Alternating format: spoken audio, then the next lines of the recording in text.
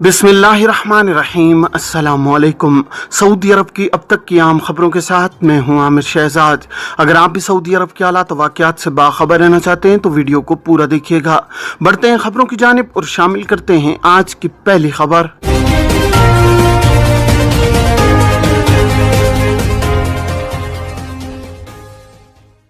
वजारत के ट्विटर पर एक शख्स ने सवाल किया है कि कफालत तब्दील कराई है, इस सूरत में इकामा कार्ड नया प्रिंट होगा या वही पुराना कार्ड कारामद हो सकता है।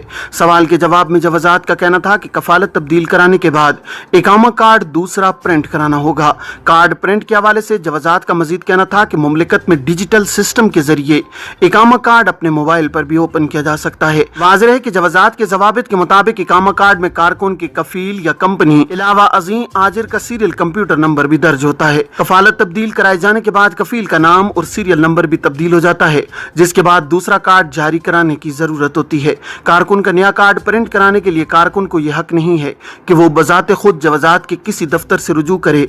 कारकुन के कफील या कंपनी के मुताल्लिका शोबे के एहलकार के जिम्मे होता है कि वो कारकुन का इकामा कार्ड वजारत से हासिल करे।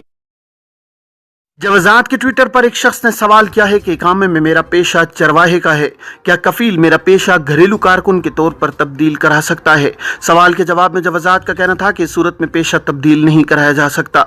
घरेलू मुलाजिम का वीज़ा दूसरा होता है, जबकि चरवाहे का पेशा कतई तौर पर मुख्तलिफ होता है। वाज़ेह है कि घरेलू मुलाजिम के इकामा के इजरा और तजदीद की जिम्मेदारी महकमा पासपोर्ट एंड इमिग्रेशन की होती है, जबकि फार्म हाउस, बागबान, किसान वगैरह के पेशे के लिए वजारत ज़राअत और पानी की जानिब से मंजूरी हासिल करना होती है। वजारत के ट्विटर पर एक शख्स ने खुरूज निहाई के हवाले से दरियाफ्त किया है कि खुरूज निहाई लगाने के बाद उसे कैंसिल कराने के बाद कफालत तब्दील की जा सकती है या नहीं।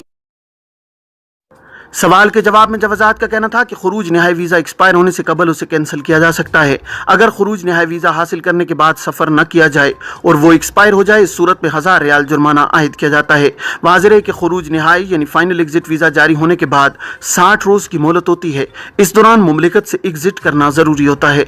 अगर खुरूज निहाई वीज़ा हासिल करने के बाद मुमलिकत से एग्जिट करने का इरादा मुलतवी करना हो, इसके लिए लाजमी है कि वीज़े को 60 रोज़ के अंदर अंदर कैंसिल कराया जाए। मुकर्रर 60 रोज़ा मोहलत का मकसद खुरूज निहाई हासिल करने वाले गैर मुल्की कारकुन को वक्त फराहम करना है ताकि वो इस दौरान जरूरी काम मुकम्मल कर सके। इलावा अज़ीम मक्का मुकरमा और मदीना मुनव्वरा में कयाम करना चाहें तो इसकी भी इन्हें इजाजत होती है, ताकि वो आराम से मदीना मुनव्वरा या कहीं और कयाम कर सकें या अपने कामों को निपटा सकें।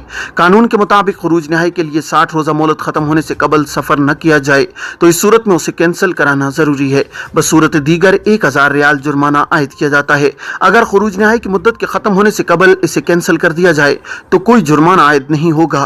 खुरूज निहाई वक्त से पहले खत्म करने के बाद कफालत की तब्दीली कराई जा सकती है।